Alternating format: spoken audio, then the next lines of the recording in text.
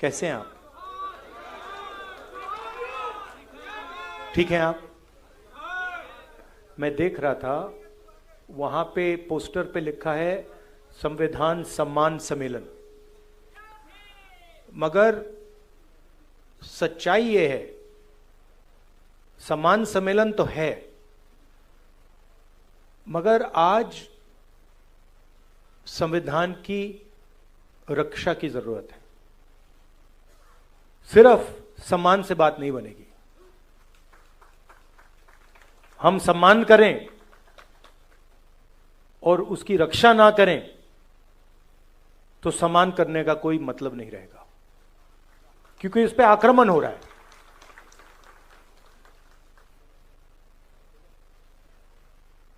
जबरदस्त आक्रमण हो रहा है, चारों तरफ से आक्रमण हो रहा है। सिर्फ एक व्यक्ति, मोदी जी, अमित शाह जी, सिर्फ एक दो व्यक्ति आक्रमण नहीं कर रहे हैं। अलग अलग फोर्सेस, अलग अलग शक्तियां इस पर आक्रमण कर रही हैं। कोई आगे से, कोई पीछे से, कोई साइड से, कोई ऊपर से, और इनका लक्ष्य है कि संविधान किसी ना किसी तरीके से या खत्म हो जाए या फिर खोखला बना दिया जाए।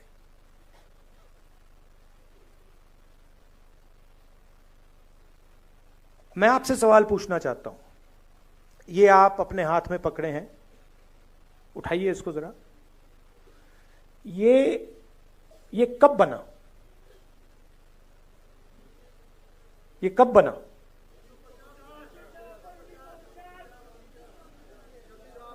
$1950? हाँ,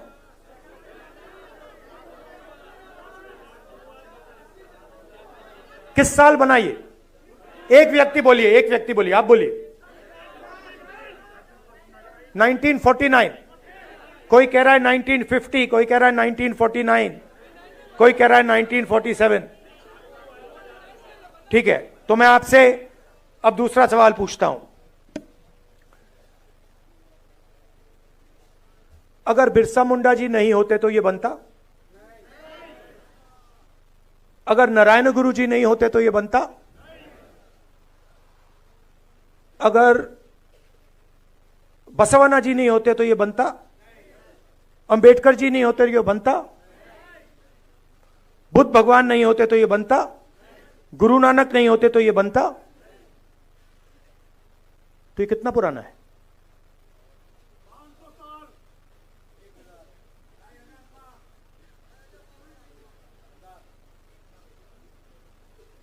आपने कहा कि ये 50 साल पुराना है, 70 साल पुराना है, मगर ये 50 साल पुराना नहीं है, ये 70 साल पुराना नहीं है।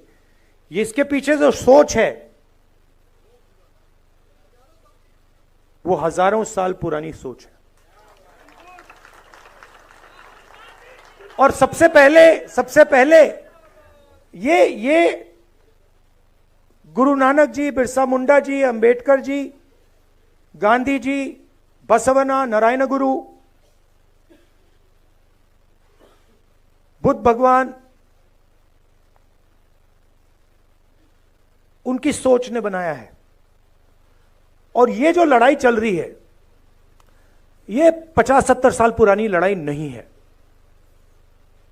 ये हजारों साल पुरानी लड़ाई है। तो अगर ये कॉन्स्टिट्यूशन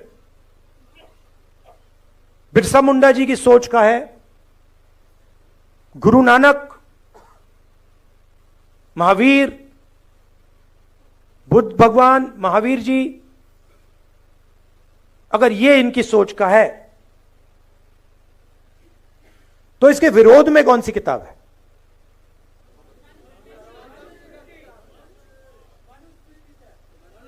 मनुस्मृति। ये जो लड़ाई चल रही है, और आपको ये गहराई से समझना होगा, ये लड़ाई कॉन्स्टिट्यूशन और मनुस्मृति के बीच में लड़ाई चल रही है। और ये नई लड़ाई नहीं है, ये हजारों सालों से लड़ाई चल रही है। अंबेडकर जी ने कहा एजुकेट, ऑर्गेनाइज, एजिटेट, कहा।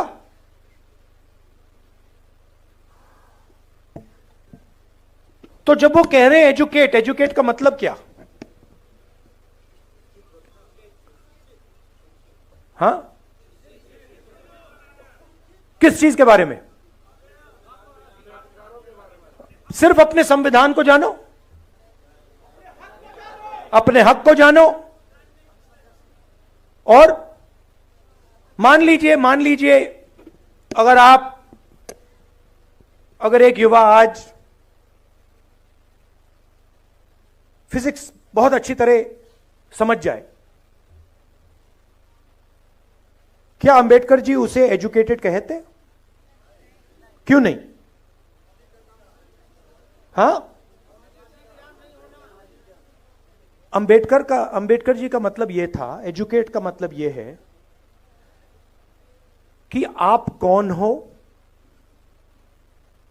आप कहां खड़े हो, आपके चारों ओर क्या हो रहा है,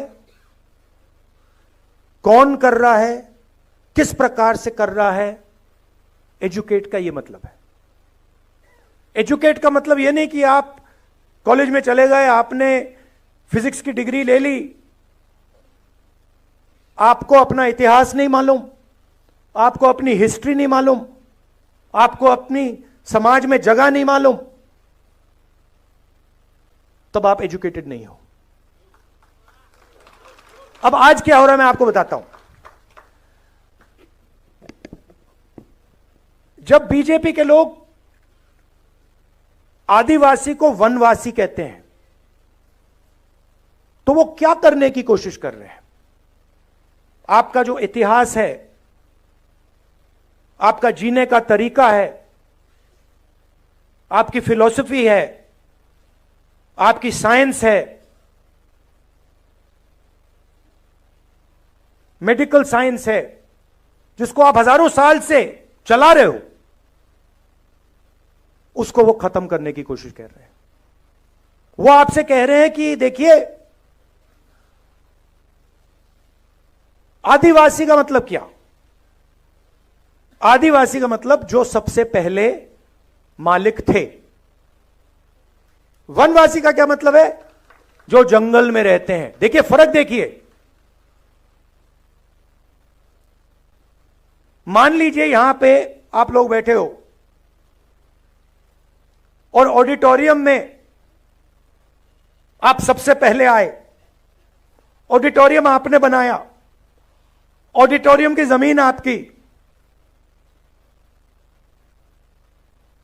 और मैंने आपसे कहा भैया आप वनवासी हो।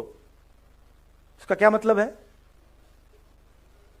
जंगल में जाओ, ऑडिटोरियम तुम्हारा नहीं है, इसका यह मतलब है। तो जब ये शब्द का प्रयोग करते हैं आदिवासी वनवासी, यह सिर्फ एक शब्द नहीं है, यह आपकी पूरी हिस्ट्री है। मैं हिंदुस्तान के एजुकेशन सिस्टम में पढ़ा हूं, स्कूलिंग मेरी पूरी हिंदुस्तान में हुई।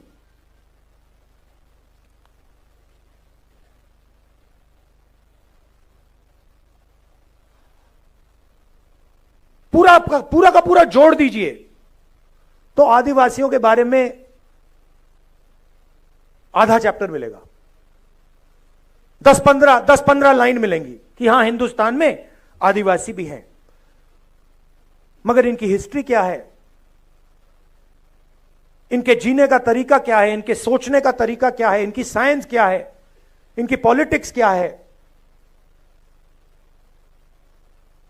उसके बारे में कुछ नहीं। मैं हिंदुस्तान के सिस्टम में, स्कूलिंग मेरी यहां हुई, दलितों के बारे में एक लाइन, हां भाई अनटचेबिलिटी होती थी, मगर उनका दर्द, उन पर जो अत्याचार हुए, उनका जो अपमान हुआ, उनका जो इमेजिनेशन था, उनकी जो सोच थी, उनकी जो साइंस थी, उनकी जो फिलॉसफी थी, उसके बारे में कितना था? एक लाइन। आपने ओबीसी शब्द प्रयोग किया, अदर बैकवर्ड कास्ट, क्या ये आपका नाम है?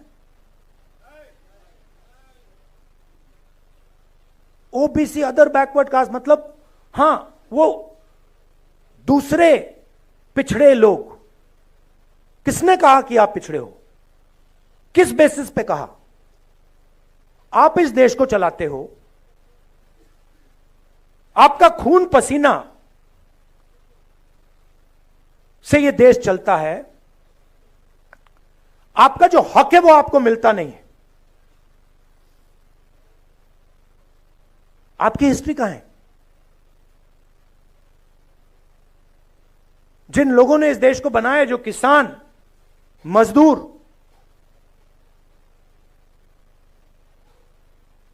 बढ़ई, नाई, मोची, इनकी हिस्ट्री कहां है? कहां लिखा है? फाड़ दिया गया। जैसे कि हिंदुस्तान के 90% लोग हैं ही नहीं।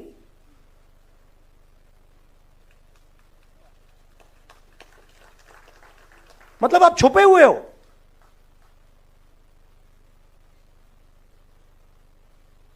हिंदुस्तान के कॉर्पोरेट्स में देखिए आप, 250 कॉर्पोरेट्स की मैंने लिस्ट निकाली। कहां मैं देखता हूं भाई 90% आबादी में से यहां कितने हैं? 250 सबसे बड़ी कॉर्पोरेट्स में, मालिकों में, सीईओज में, सीनियर मैनेजमेंट में आपको एक ओबीसी नहीं मिलेगा, एक दलित नहीं मिलेगा, एक आदिवासी नहीं मिलेगा। करेक्ट? मैं यहां झूठ बोलने थोड़ी आया हूं। हलवा बांट रहे हैं वही, हलवा खा रहे हैं वही।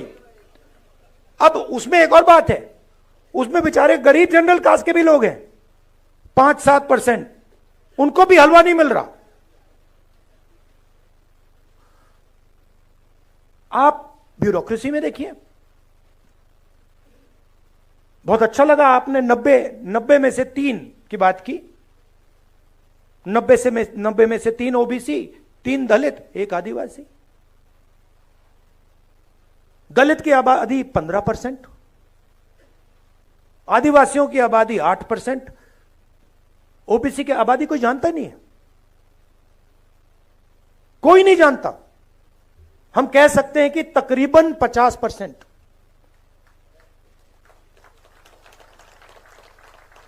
क्योंकि आपकी संख्या छुपानी है। बड़ा खतरनाक काम है। अगर ओबीसी को अपनी सच्ची संख्या पता लग गई,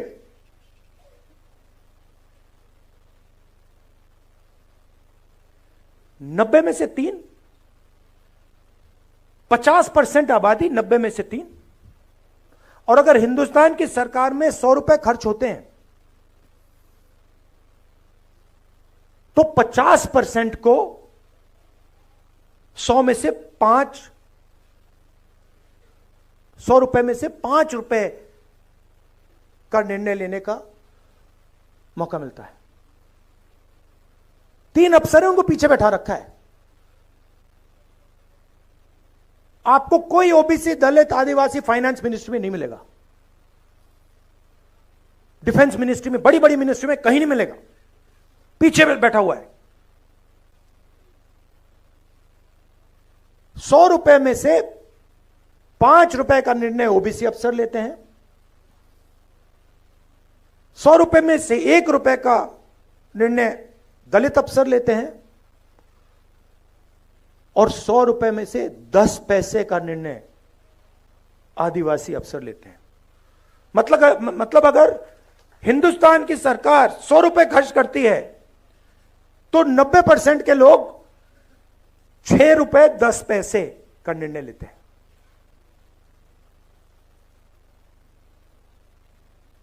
बॉलीवुड की बात करिए, बॉलीवुड में आपको दलित, आदिवासी, ओबीसी नहीं दिखेगा।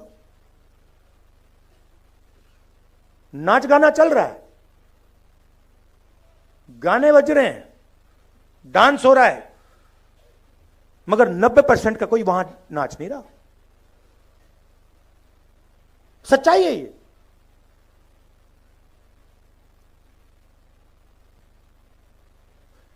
राष्ट्रपति आदिवासी वर्ग की हैं। पहली बार राष्ट्रपति जी को आदिवासी वर्ग से बनाया गया, मगर जब पार्लियामेंट का उद्घाटन होता है तो उन्हें कहा जाता है कि आप आदिवासी हैं, आप अंदर नहीं आ सकती हैं।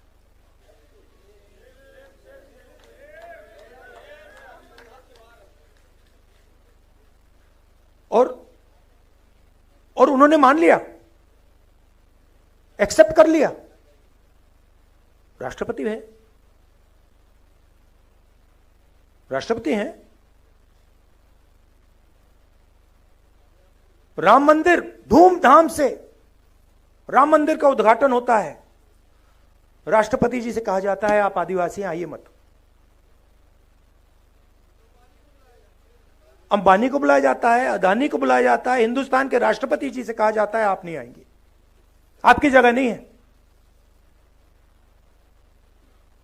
अगर यह संविधान पर आक्रमण नहीं है कि राष्ट्रपति जी पार्लियामेंट हाउस का उद्घाटन नहीं कर सकती, तो क्या है?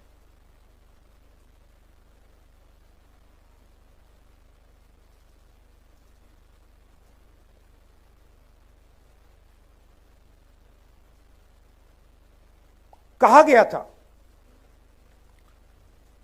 संविधान में कहा गया है कि एक व्यक्ति को एक वोट का हक मिलेगा, इसमें लिखा है। और हिंदुस्तान का हर व्यक्ति एक जैसा है, कोई बड़ा नहीं है, कोई छोटा नहीं है, सबको वही हक मिलना चाहिए, कहा गया है। आप हिंदुस्तान की कोई भी संस्था देख लीजिए जो कॉन्स्टिट्यूशन को चलाती हैं, इस कॉन्स्टिट्यूशन की रक्षा कौन सी संस्था करती है बताइए? मीडिया करती है इसका? मीडिया को करना चाहिए, करती है? नहीं। इलेक्शन कमीशन इसकी रक्षा करता है? नहीं करता है। जो CBI, ED, income tax department के लोग हैं वो इसकी रक्षा करते हैं? नहीं। ब्यूरोक्रेसी के लोग इसकी रक्षा करते हैं? नहीं। क्यों? क्योंकि ये सारी की सारी संस्थाओं को बीजेपी ने कंट्रोल कर दिया है। पूरा देश जानता है कि मीडिया में 90% का कोई नहीं है।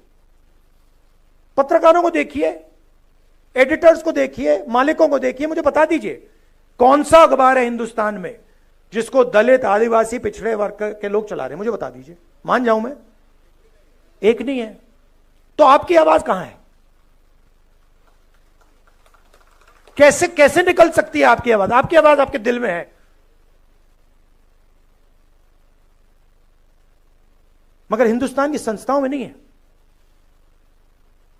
इलेक्शन कमीशन, मिनिस्ट्री, मीडिया,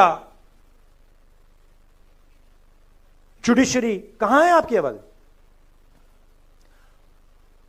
और फिर नरेंद्र मोदी जी कहते हैं मैं पिछड़ों का सम्मान करूंगा, दलितों का सम्मान करूंगा, आदिवासियों का सम्मान करूंगा, और फिर आपके हाथ से आपकी शक्ति छीन लेते हैं।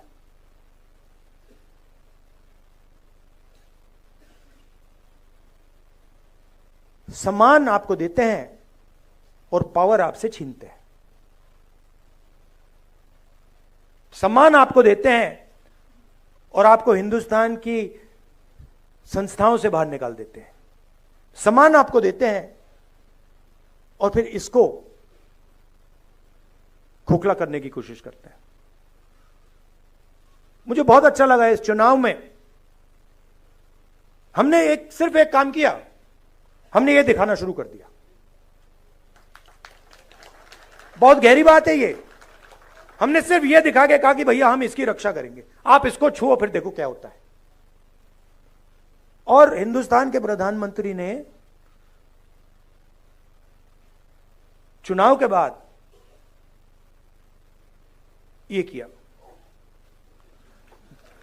देश ने बता दिया कि आप जो कर रहे हो, जो आक्रमण आप बिरसा मुंडा जी की सोच पर कर रहे हो, गुरु नानक जी की सोच पर कर रहे हो, नारायण गुरु जी की सोच पर कर रहे हो, बसवना की सोच पर कर रहे हो, बुद्ध भगवान, फूले जी, इन सब की सोच पर जो आक्रमण कर रहे हो वो हम आपको करने नहीं देंगे। मगर उनके पास सब कुछ है, सच्चाई है। धन उनके पास, संस्थाएं उनके पास, मीडिया उनके पास, CBI, ED, income tax department. अब आप कहोगे भाई अगर सब कुछ उनके पास तो हमारे पास क्या है? हमारे पास सच्चाई है और हमें कुछ और नहीं चाहिए। आप ले लो, आप संस्थाएं ले लो, सब कुछ ले लो, धन ले लो, संस्थाएं ले लो, जब तक हमारे पास सच होगा सारा का सारा न्याय हमें मिलेगा। और यही इस चुनाव ने दिखाया है। हमारे पास मीडिया नहीं। मैं आपको बताऊं, कांग्रेस पार्टी के बैंक अकाउंट बंद कर दिए। बिना पैसे के कांग्रेस पार्टी ये चुनाव लड़ी है। आप सोचिए, हिंदुस्तान को लोकतांत्रिक देश कहा जाता है,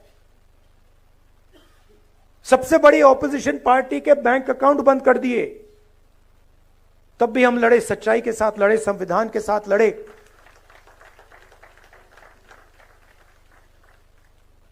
और आजकल मोदी जी मुस्कुराते नहीं हैं। बंद हो गया, परमानेंटली बंद हो गया, भूल गए। तो अब मैंने आपसे यह कहा कि भाई लड़ाई हो रही है, युद्ध हो रहा है, दो विचारधाराओं के बीच युद्ध हो रहा है। अब यह भी बताना पड़ेगा रास्ता क्या है। देखिए, मैंने संस्थाओं की बात की, थोड़ा सा मैं आपको 2-3 आंकड़े देना चाहता हूं।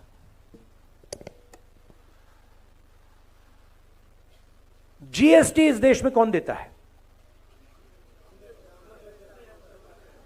कौन देता है? 90% देता है। दलित, आदिवासी, पिछड़े वर्ग के लोग, गरीब, जनरल कास्ट के लोग देते हैं।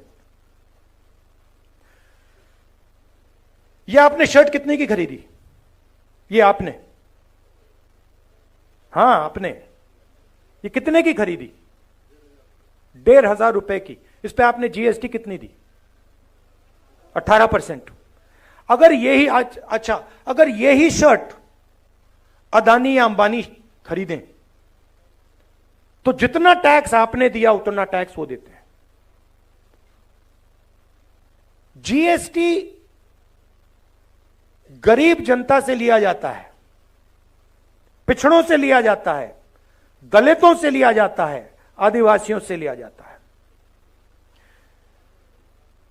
अगर 100 रुपए आज हिंदुस्तान में, अगर 100 रुपए टैक्स में लिए जाते हैं, 40 रुपए आम आदमी की जेब से निकलते हैं, 26 रुपए हिंदुस्तान की सबसे बड़ी कंपनियों से आते हैं।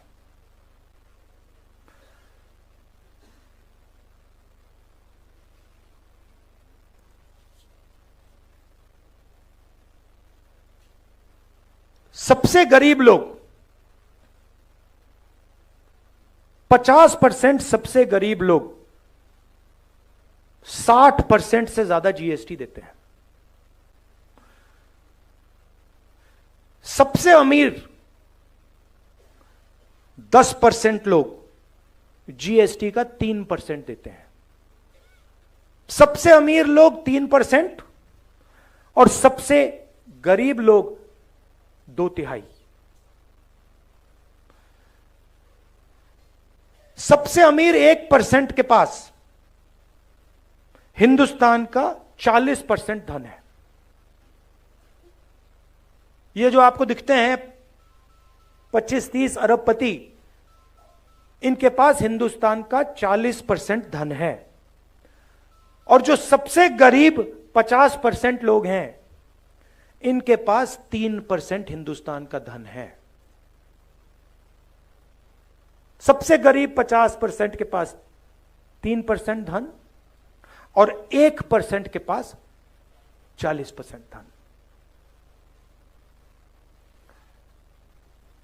और अगर आप सबसे गरीब 50% को की आमदनी जोड़ दें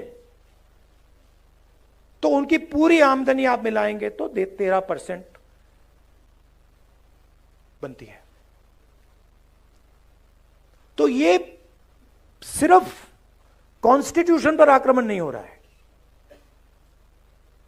ये आपसे चोरी हो रही है।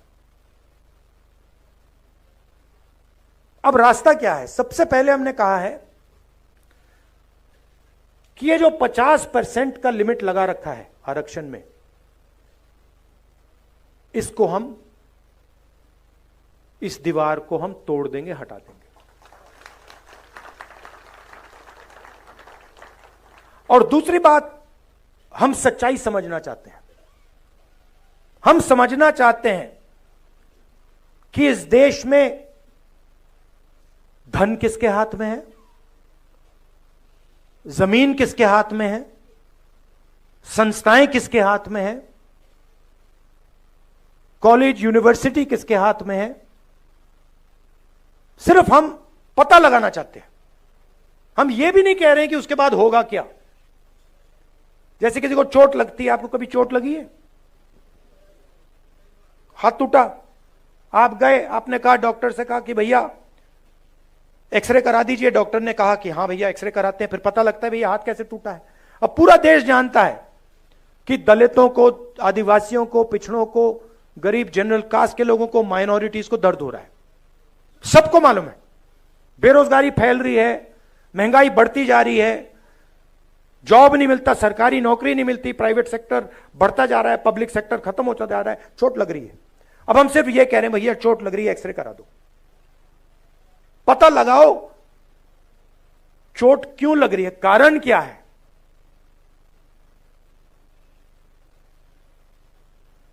सामाजिक एक्सरे का माध्यम जाति जनगणना है। जाति जनगणना है, जनगणना में हम 2-3 चीजें पता लगाना चाहते हैं। सबसे पहले, किस देश में पिछड़े वर्ग के कितने लोग हैं? 10% हैं, 20 हैं, 30 हैं, 40 हैं, 50 हैं, 60 हैं, कितने हैं? दलित, आदिवासी, माइनॉरिटी, गरीब जनरल कास्ट के लोग कितने हैं? पहली बात।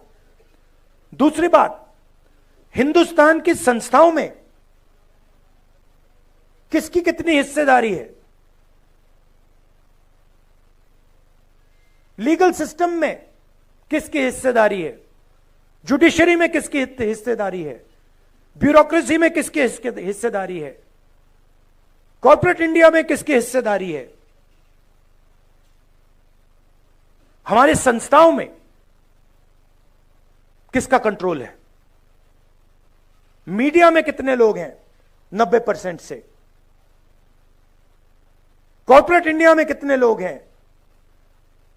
बड़ी बड़ी ब्यूरोक्रेटिक पोजीशंस में कितने लोग हैं?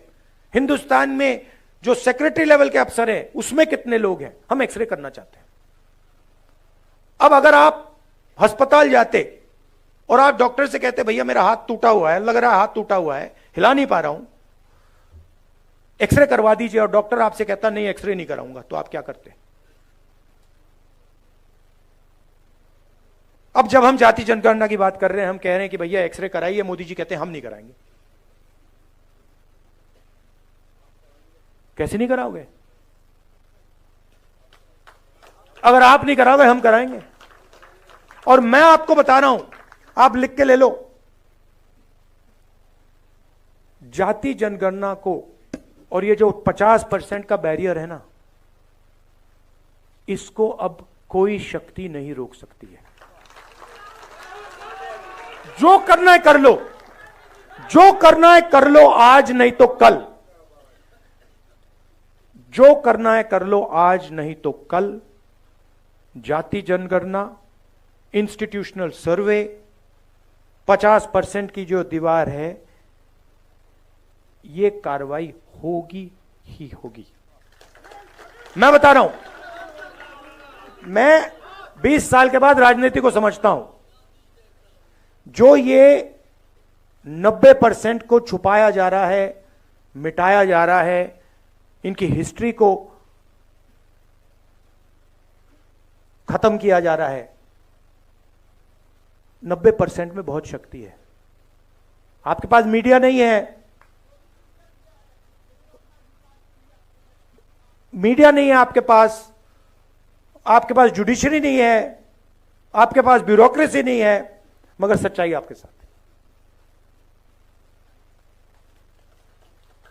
और यह काम मिलकर होगा, यह बंटने से काम नहीं होने वाला है। एक आवाज से मिलकर यह काम करना पड़ेगा, और यह काम मैं आपके साथ करने वाला हूं। यह मैं आपसे कहना था, मैं आपसे यह कहना चाहता था, सबसे जरूरी चीज, चाहे जाति जनगणना हो, चाहे 50% का बैरियर हो, सबसे जरूरी चीज इसको बचाने का है। अगर यह हाथ से निकल गया, अगर यह खोखला हो गया, अगर यह खत्म हो गया, तो फिर कुछ नहीं रहा। तो सबको सबसे पहले इसकी रक्षा करनी है, संविधान की, बिरसा मुंडा जी की सोच की, आदिवासियों की सोच की, अंबेडकर जी की सोच की, गांधी जी की सोच की, गुरु नानक, जो नाम आपको मैंने बताए। और यह मत सोचिए कि यह लड़ाई 70 साल पुरानी है, यह लड़ाई हजारों साल पुरानी है, यह लड़ाई चलती जाएगी और इसको हम जीतने जा रहे हैं। धन्यवाद।